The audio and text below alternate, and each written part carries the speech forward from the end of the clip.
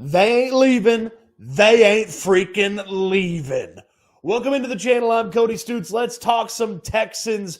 Offensive coordinator Bobby Slowik, quarterbacks coach Jerrod Johnson. They're not going anywhere. They're coming back to the Texans for next season, despite having a ton of opportunities, despite getting a tremendous amount of interest to be an offensive coordinator somewhere. Quarterbacks coach Jerrod Johnson is coming back, and despite having a chance to be a head coach in the NFL, offensive coordinator Bobby Slowik is coming back, and the offensive staff, the super important pieces of the offensive staff, stay intact over the course of the next season for this Texans team. My goodness, what a great bit of news to show up here in the early stages of the offseason for the Texans. How did it come about, and what does it mean for this Texans team that Slowik and Johnson aren't going anywhere? So how does it get to this point when Bobby Slowik's got a chance to be a head coach somewhere and Jerrod Johnson's got a chance to go be an offensive coordinator somewhere? Well, it gets here because, one, you write a big check and you keep these guys around. So Bobby Slowik's going to get a raise. Jerrod Johnson's going to get a raise. It's not going to be what they would have gotten if, say, Slowik was a head coach or Johnson was an offensive coordinator. But that's the biggest element, or one of the biggest elements, is you take care of the guys for sticking around. The other thing is both those guys seem to have a little foresight into how things can play out over the next year plus. Bobby Slowik can add to his resume, improve his candidacy as a head coach, and can be diligent and take his time over the course of the next year and learn some of the things from DeMeco Ryans that's necessary to be a head coach. He can go through that, pick those things up, whereas he was worried about calling plays for the first time, a rookie quarterback. I don't know that he even worried or thought about head coach type stuff over the course of his first season with the Texans. Now he can pick some of those things up over the course of the season. That's a huge deal for Bobby Slowik. And then he clearly enters next year's candidate pool with a couple of jobs that could be really intriguing opening, say, I don't know, Buffalo, if things don't go well for the Bills next season, the Dallas Cowboys, if things don't go well for them. You could be looking at some more impressive jobs opening up a year from now than we're open right now. It came down to the Seahawks and the Commanders. Well, if you tell Bobby Slowik, hey, one more year with the Texans, and then you might have a shot at the Cowboys job, you might have a shot at the Buffalo Bills job, I think I know what I'm going to do. Oh, maybe the Chicago Bears job too, because they're going to pick number 1 overall, pick Caleb Williams, and then maybe you're coming in year 2 of Caleb Williams with a ton of investment in that offense, and perhaps you're having that. And then for Jerrod Johnson, again, there's a little bit of foresight. You look at the jobs that Jerrod Johnson interviewed for: Tampa, unknown quarterback situation; New Orleans, Derek Carr's old and not getting any better; the Patriots, unknown quarterback situation. He interviewed for a bunch of spots that aren't as good as what the Texans' job will be a year from now.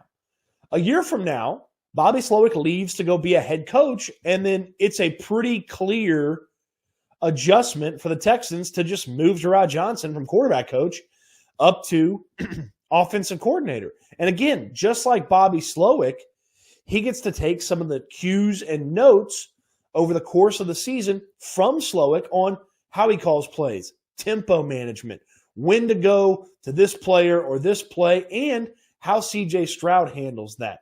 Johnson sticking around is huge.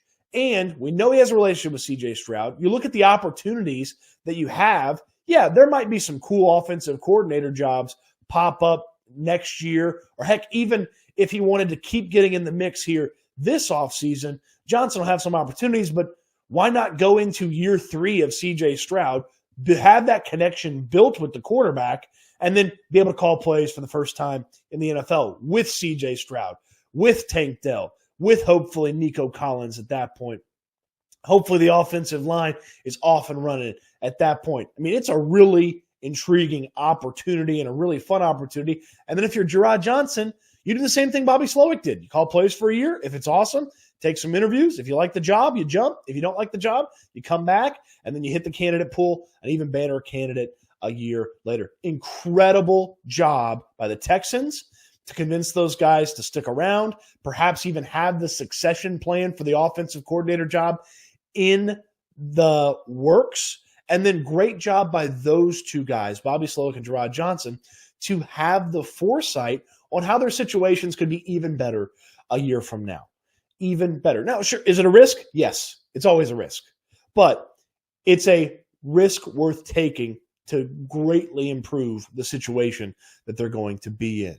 Now, what does it mean for the Texans? Well, from a Bobby Slowik perspective, I really like the potential for Slowik to grow and evolve away from some of the stuff that we were unhappy with watching Bobby Slowik over the course of the year. It didn't end great against the Baltimore Ravens. That's a really tough defense, but Slowik took care of business against the Cleveland Browns. They did really well down the stretch to kind of make things happen. You think about how well he called the game with Case Keenum in there in a game that they had to win towards the back end of the year, getting C.J. Stroud ramped up, coming back from the concussion, and ultimately finishing things off with Indianapolis.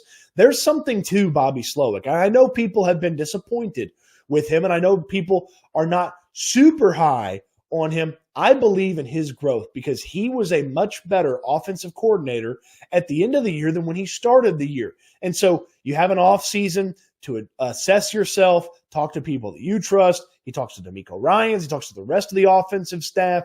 And if he gets better and is more dialed in, and oh, by the way, has a little bit more to work with on offense from a weapons standpoint, because the Texans should invest in the running back position in free agency and the draft. They should invest in another pass catcher or two, keep the tight end position as a priority as well. Maybe the offensive line is healthy and plays better.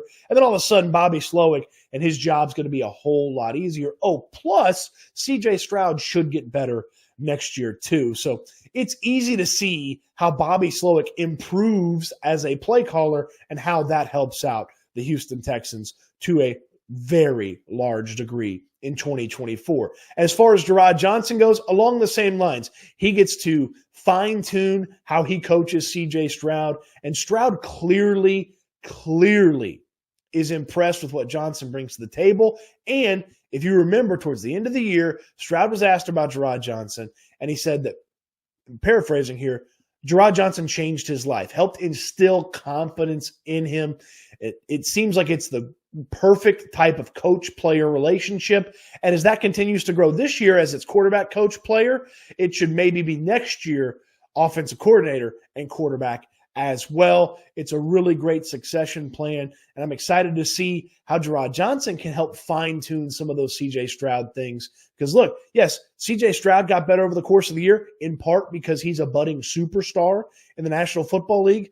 Johnson deserves some of that credit as well, and C.J. Stroud is quick to give him some of that credit. So what does it mean for the Texans overall on offense? Well, it means that the Texans could be even more impressive and even more consistent on offense than they were in 2023, and they surprised a lot of people. I am so excited to see what these two guys coming back to this offense and the investment that the team will likely make in the offense in this offseason, what they can put together next year. This is a huge thing for the Houston Texans. You don't have to worry about changing the offensive system. You don't have to worry about adjusting to a new play caller. C.J. Stroud, business as usual. Everybody gets better. Everybody grows. And it all points towards the Texans being much better in 2024 on offense than they were in 2023. What do you think? You pumped that Jerrod Johnson and Bobby Slowik are back? Are you hesitant that Slowik can improve as an offensive coordinator? Let me know in the comment section down below. And of course, if you're looking at this location that I'm recording from, you'll see it's not my typical location. On the road, Mobile, Alabama, covering the Senior Bowl. Got the observations at Houston football for the folks on the first day of Senior Bowl practice. www.houfootball.com. It's for paid subscribers only. Starts at just $7 a month to give you a full breakdown of everything that I saw, where Nick Caserio was paying attention and watching throughout the course of the practice. And that's just day one. We've still got day 2, day 3 on the docket as well. Plus, all the little rumor and innuendo that starts making its way around the Senior Bowl because the media folks start talking and what the chatter is about this Houston Texans team. We'll have all that for you on Houston football. The link's in the description down below. Don't miss it. And you know what else is in the link in the description down below? Our new betting partner, BetUS. Get signed up at BetUS and the link in the description down below. Just hit the link in the description down below. Get signed up, deposit at least $50 in your account, and get gambling on whatever you want. Basketball, baseball's right around the corner. The Super Bowl is right around the corner. If you want to place some wagers on the finale to pro football, you certainly can. You don't have to accept the bonuses. If you do accept the bonuses, there are some terms and conditions that you need to understand. That's explained in the description down below. But you can gamble at BetUS with the link in the description down below. $50 in to get started in your account, and you can be off and running gambling on your favorite sports. I want you to always, please, gamble responsibly as well. Man, what a week for the Houston Texans. If this is an indication of the offseason, we are in for so much fun this offseason. Don't miss anything here on the YouTube channel. Throw me a thumbs up on this video if you liked it. Subscribe to the channel if you haven't already. And, of course, as always, I appreciate you watching the video. Hope you enjoyed it, and I can't wait. Hopefully they'll give us a whole lot more fun stuff to talk about like this. I can't wait till we talk Texans again soon.